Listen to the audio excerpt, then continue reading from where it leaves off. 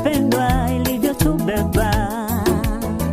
Tulimpa nini Mungu sisi hata tuwe jinsi tulivyo? Ila ni neema, neema imetubeba. Sio kwa matendo yetu, sio kwa uzuri wetu, tumekumbukwa sisi ni neema, ni neema tu. Kwani wangapi walikuwepo wewe na leo wapo tena? Ila ni neema, neema imetubeba.